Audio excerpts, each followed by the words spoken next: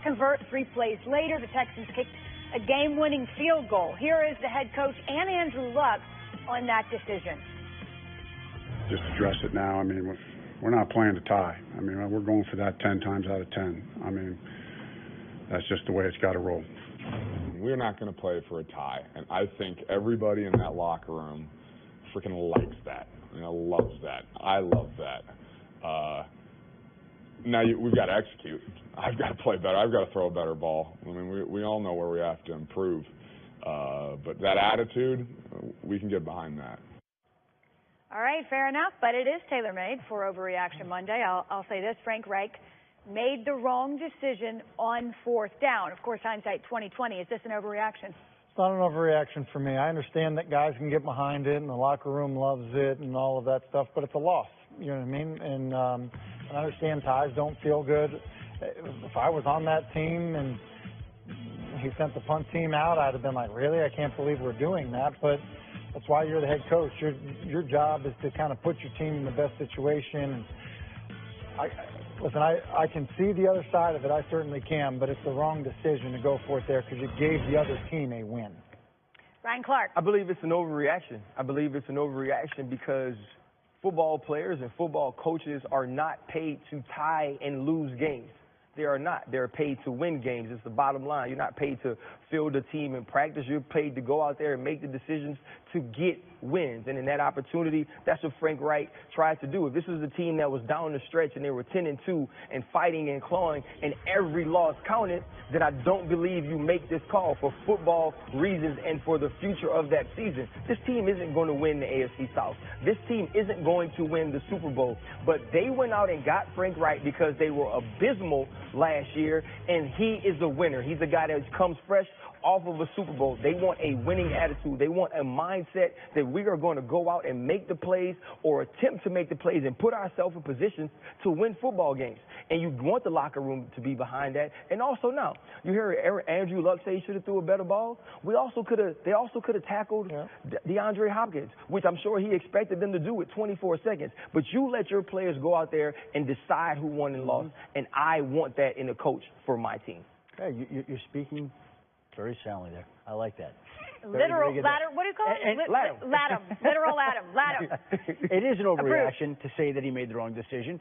First of all, let's go back to last season. Doug Peterson was continually lauded in the postseason for going for it on 4th down, and that led the Eagles to a Super Bowl championship when Frank Reich was the offensive coordinator there. Plus, we had a man on this very set, sitting these chairs, who said, you play the game to win. Yes, you do. You don't play the game to tie. Play the game to win. Whatever it is, that's what he said. We know what you meant, Fair enough. We know what you meant. Semantics. Okay? So yes. You're not playing for that. You don't play the game to tie. Right. And so he stood behind his team. He gave them a chance. They didn't produce. He recognized at that point in time that if he didn't go for it, they were going to be in a tie, which is going to feel like a loss. So they took a shot. And what are the chances of converting a 4th and 4 when Andrew Luck is coming off a game in which he threw for more yards than he had thrown for in any other game that he ever played in the NFL? Absolutely. He was rolling along. So you take your chances on your top player being able to get 4 yards on a pass. They didn't do it. I will say that. And look, I understand it, and I agree with you, Ryan. If you're a player on that team, you want your coach to go for it. I think the issue ends up being this: because of where they were on the field and because of the time, even if they get the 1st down, they're not in field goal range. The risk-reward on going for it there just wasn't adding up. It wasn't like they were going to win the game or give Adam Vinatieri a shot to win the game by going for it on 4th down. And in fact, what they did is they gave Fairbairn an opportunity to kick the game-winning field goal because of where they decided to go for it. I will say this. Frank Reich just spoke to the media. You heard him say a few minutes ago that he would do that 10 out of 10. He did back off that a little bit. He might be watching. Yeah, 8 out of 10, Adam. He said yes. So he is, he's had 24 hours now to factor in these things to rethink that decision. But nevertheless, you know what? I like one of the distinctions that Ryan made. I know you could never say this, and you could certainly never think this way, that, hey, we're actually not going to win the division. We're not going to the Super Bowl, so why not? But I think there's something to be said for that. I mean, for me, the big thing is every win counts. Every win counts. Every opportunity we have to win a game, we have to try to. We might not be in some of these games down the stretch. There may be some games where we're put out of it way before the fourth quarter, which they were in this game had Andrew Luck not had a great fourth quarter and brought this team back. And so I feel Frank Reich is saying, listen, we're going to change the mentality we had around here. We're not going to have these messed up special teams plays where we don't know who's snapping the ball and we're trying to run quarterback sneaks and there's guys on the side. We're going to be a team that goes about its business in the way that winning football teams do, which I just came from one. And like you said, you've seen Doug Peterson do it. It's become a part of your DNA, and he went for it. And I like it. Hindsight's 20/20. Obviously, we say, dang, should have punted it because you didn't make it. Well, the conversation's different if it's successful, usually. Not always, but usually. We talked about Mitch Trubisky earlier, and as I mentioned before, he had quite the afternoon. It was a good day at the office. 6 touchdown passes, 5, by the way, came in the first half. At 24, he's the second youngest quarterback in history to throw 6 touchdowns in a game. Bucs head coach Dirk Koetter sure wasn't happy with the way things worked out for the Bucs. Horrific in all aspects of football today. All aspects. Do you at all consider making a change as defensive coordinator with what you've seen? Based on that game today, we couldn't make enough changes. We should fire every person that was on that field today, starting with me. That was horrific. All right, one of the changes they've already made is opting to return to Jameis Winston, as we told you a few minutes ago. Overreaction Monday, though. Dirk Koetter is right. He should be fired. Ryan Clark, we'll let you take this one. Is that an overreaction? I believe it's an overreaction, and I'm going to go a different direction here. I actually like what he did, though.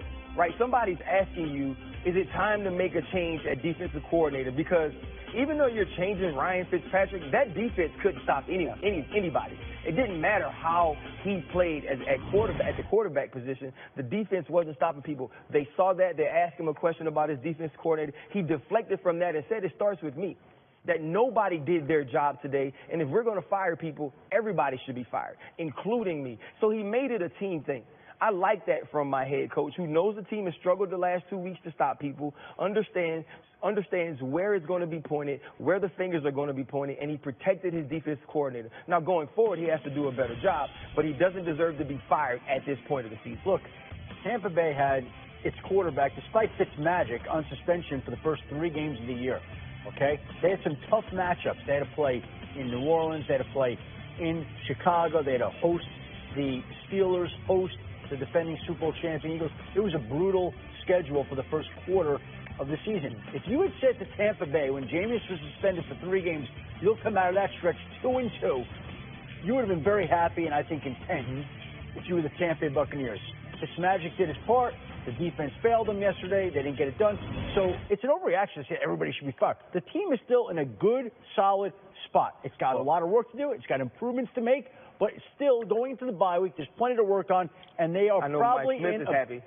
Yeah, I know Mike Smith is like, the defense coordinator is very happy. I know Mike Smith is like. To your point, I think it's a good way to answer the question by Dirk. There's no question about that. It's an overreaction. Yeah. I mean, I don't think anybody thought Tampa was going to be good with Jameis or no Jameis, to be honest with you. And look, good teams and good coaches get blown out sometimes. It does happen. And that Bears team, because of the way that defense looks right now, is a much more difficult team to face than I think we were. Well, absolutely. Not only that, now that offense, at least for 1 week, which does not a season make, is performing up to par with that defense. So it leads us to this. The Bears' offense is now as good as that Chicago defense. Jim, overreaction, not an overreaction. That's an overreaction. It's an overreaction. I will say this. Matt Nagy and his staff has done a pretty good job all season long of getting guys open and being creative with that offense. And I think that Mr. Trubisky has been a little bit behind. I think he struggled with a little inaccuracy earlier in the year. He played much better this week. That defense is very good. They have good players all over that defense.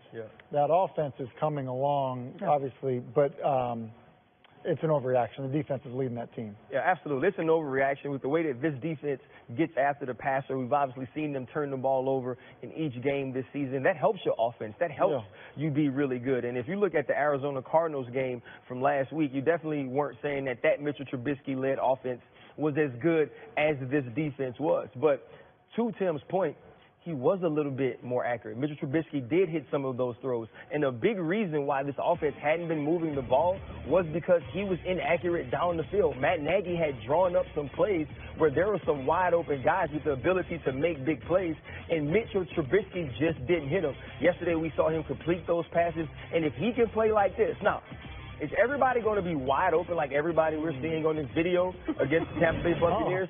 Probably not. Playing this defense definitely helped, but if he can make some of these throws and drive the ball the way he did yesterday, it's going to bode well for the Chicago Bears going forward in the NFC North. Of course it's an overreaction. It's like saying today, after watching the game in Green Bay, are the Packers being carried by their defense instead of their offense? No, they're not, but it's nice that another unit can chip in and make some plays and make a team competitive. And look, the Bears right now are in a situation where they are literally one half of football away from being unbeaten, atop the NFC North, sitting there all by themselves with an undefeated record. So they're in a great spot right now, but the defense is what has gotten it done for this team so far. Offense making strides. Absolutely. All right. Not the case in Kansas City. We've already talked about Patrick Mahomes with good reason. He's been a top storyline through 4 games, or 3 for Mahomes. We'll look closely at what's next tonight for this Kansas City offense. His start is historic. Patrick Mahomes making the NFL look easy. This young Sigma caller right now, we are watching something special. Pat Mahomes is here to stay.